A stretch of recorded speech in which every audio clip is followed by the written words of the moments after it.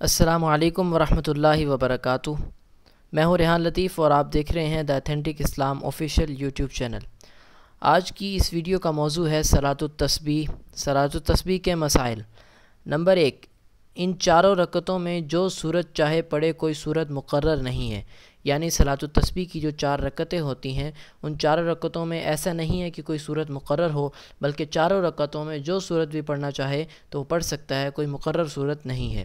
Number 2 یہ کہ اگر کسی رکن میں تسبیحات بھول کر کم پڑھی گئیں، یعنی جو تسبیحات کی تعداد مقرر ہیں، کہاں کتنی پڑھنی ہے کہاں کتنی پڑھنی ہے، تو اگر بھول کر کم پڑھی گئیں یا بالکل بھی چھوٹ گئیں تو اگلے رکن میں ان بھولی ہوئی تسبیحات کو بھی پڑھ لے۔ یعنی اگر بالکل پڑھنا ہی بھول گیا یا کم پڑھ لی تو اگلی رکعت جو ہے اس کے اندر وہ اپنی تسبیحات پوری کر لے۔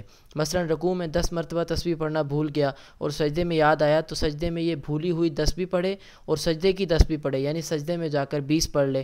گویا ایسی صورت میں سجدے میں 20 پڑھے۔ بس یہ بات یاد رکھنے کی ہے کہ ایک رکعت میں 75 مرتبہ تسبیح پڑھی جاتی ہے، 75 سے کم نہ ہو اور نہ ہی اس سے زیادہ ہو، اور چاروں رکعتوں میں 300 مرتبہ۔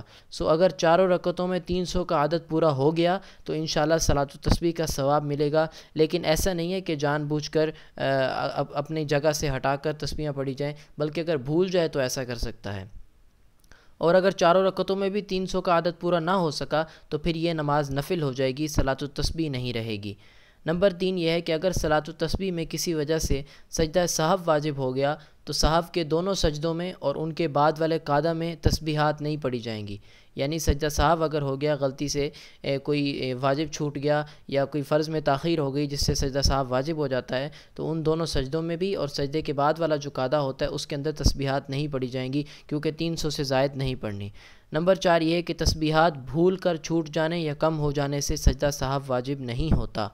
نمبر 5 بعض روایتوں میں مذکورہ بالا سے کچھ مختلف طریقہ مذکور ہے، وہ بھی صحیح ہے۔ اس طریقہ میں پہلی مرتبہ ثنا کے بعد 15 مرتبہ، دوسری دفعہ تلاوت کے بعد تسبیحات پڑھنے کا حکم ہے، جبکہ اتحیات میں تسبیح نہیں ہے۔